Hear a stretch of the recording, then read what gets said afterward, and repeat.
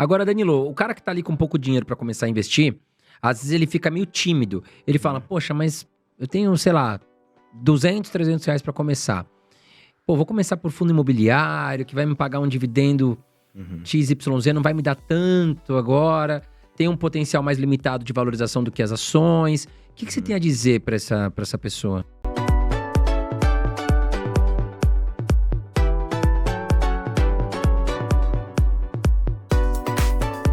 Eu acho que o cara tem que ir avançando degrau por degrau, né?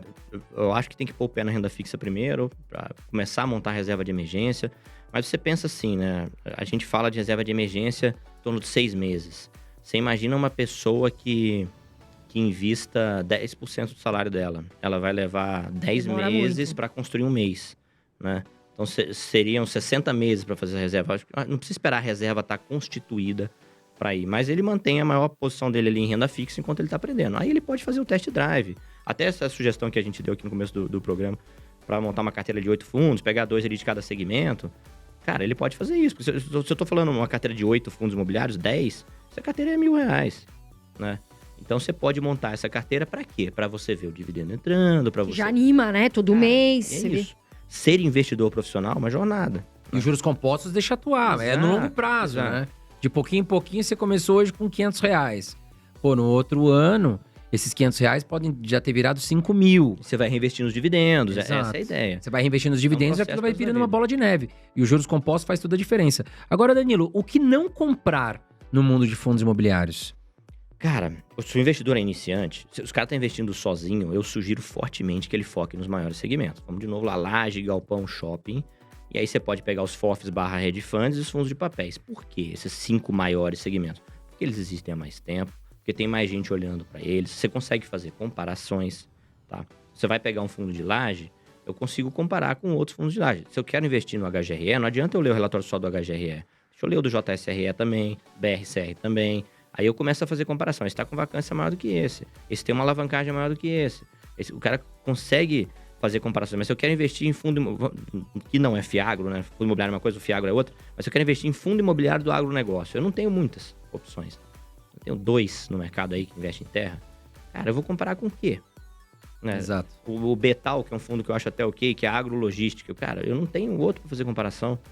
Eu vou ter que engolir aquilo que tá ali. Você imagina um gestor falando para mim assim, olha, a vacância na Faria Lima hoje é 20%, por isso que os nossos imóveis estão lá. Aí eu abro mais 3 e vejo que os imóveis de todos esses caras na Faria Lima estão ocupados. Esse que tá falando que tá 20% que ele não consegue alugar, deve ter algum problema. Ou com ele, ou com o imóvel, ou com o cara que faz o relatório, o estagiário e trouxe E dá uma informação errada, né? Então, você consegue identificar. Isso é o estudar. Agora, se o cara está sendo analisado, se está sendo orientado por um analista profissional, o analista está de olho em muita coisa. Então, ele pode ser que ele traga fundos aí fora desse escopo. E aí tem alguém acompanhando, né? Então, monoativo, por exemplo, Danilo, entra no teu... cara, na nossa carteira hoje não, apesar de eu achar que pode ter oportunidade em alguns, justamente pelo risco. O nosso objetivo é renda, né? Então, quanto mais ativos eu tiver, mais inquilinos potencialmente eu vou ter, mais fontes de renda, então mais seguro eu estarei, tá? Então, para quê? Se eu tenho vários multi-inquilinos... E o tamanho do patrimônio, Danilo, é importante na sua opinião? Cara, Nós temos pessoas que vêm aqui sendo entrevistadas, que eles falam, olha, para o iniciante é interessante ele olhar os fundos imobiliários com maior patrimônio, porque isso pode significa mais pessoas ali investindo, tem uma liquidez mais interessante, maior número de cotistas. Para você, isso é um diferencial ou não? Eu não gosto de partir desse princípio, apesar de ele ter razão em partes. Vamos supor, o investidor deve olhar fundo de 1 bilhão. É só um exemplo, não estou dizendo que seja isso. O cara vai olhar só o número. Então, assim, esquece o tamanho do patrimônio, abre o relatório gerencial e vê se tem vários imóveis lá. E vê se tem vários inquilinos lá. Porque se tiver um monte de imóvel, ele tem um patrimônio grande. Agora, o que eu quero é levar o investidor a aprender a raciocinar. E não botar uma faixa ali de 1 bilhão para cima é bom, para baixo não é.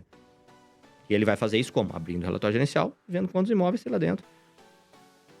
Se tem vários imóveis, aquilo está bem diversificado, né? Então, esse é o ponto. Esse é o ponto. E não focar, tem que ter 800 milhões para cima, 700 milhões para cima. Essa seria a grande pegada. E quando você vai para fundo de papel, por exemplo, olhar se não tem muita concentração de patrimônio no mesmo CRI. Você abriu o relatório gerencial, cada CRI que corresponde a 3, 4% do patrimônio. Cara, para vários CRIs está em 3, 4% do patrimônio, não, tem muitos, né? Porque se eu tiver CRI com 10, 15% do patrimônio, muito concentrado. eu tô muito concentrado. Eu já eliminei. Quanto por cento do patrimônio isso é? Quantos milhões? Não importa. Então, assim, vamos partir do raciocínio correto, da diversificação. Tá? E não do tamanho em si do valor daquele patrimônio. Tá? Agora, Danilo, com a questão da reforma tributária, você acredita que os fundos imobiliários podem ter taxados aí, via impostos, os seus dividendos? Cara, eu acho que o governo vai querer tentar taxar tudo que puder, né? Mas eu acho que a gente já teve tentativas anteriores com uma indústria muito menor.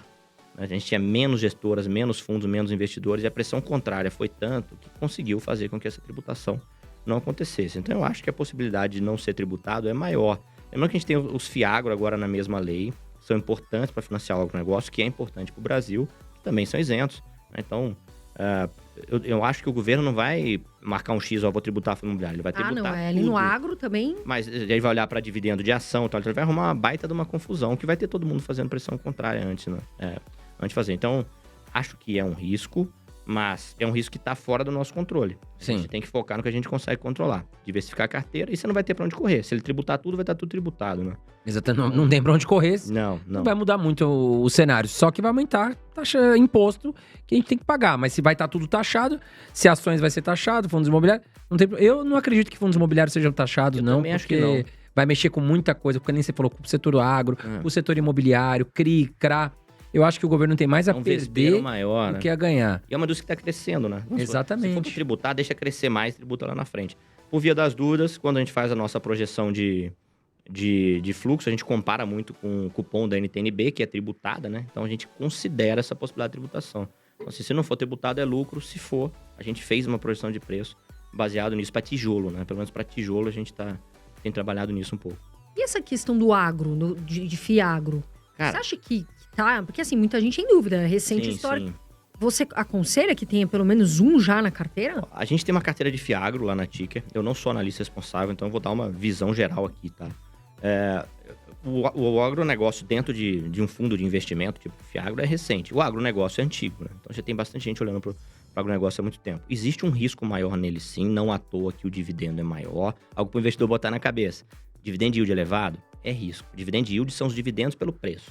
Né? Se o fundo for muito bom, o preço vai subir e aquele dividend yield vai ficar menor. Agora, se o fundo é arriscado, o pessoal não vai querer pagar muito. Quando você divide aqui um pelo outro, você vai ter um dividend yield elevado. A gente tem nos FIAGRO, que é basicamente fundo de papel, né? Eles investem em CRA, mais elevado do que os fundos imobiliários de papéis. Tá? Então, Até porque é um porque setor você agro, tem né? um risco maior. Mas a gente tem dentro dos fundos que existem, a gente tem ali uns 3 ou 4 que estão na carteira hoje. Eu não me lembro deles aqui mesmo para trazer. Não quero atravessar também nosso analista de agro lá que está olhando isso mais de perto. Mas eu acho que é uma opção para você colocar na sua carteira. Então vamos supor, vou dar um número aleatório. O cara tem lá 8 fundos de tijolos e 8 fundos de papéis. Cara, um desses fundos de papel, já que o FIAGRO hoje é basicamente papel, eu posso botar um FIAGRO ali para receber um pouco a mais. Desde que eu comprei com desconto, é um fundo que eu estou acompanhando, que o analista que recomendou tá acompanhando. Aí você consegue... Agora, não é para pagar mais, eu vou ter 30% da minha carteira de FIAGRO. Né? Aí se dá um que não. problema, né? Sugiro que É o não. problema da ganância. É a pimenta, né, cara? Quantos pimentas você põe no prato? Você vai almoçar, cara? Pô, né? Põe aquela pimentinha ali, eu ponho um pouco. É 1% do prato, quando você Exato. exagera muito, né?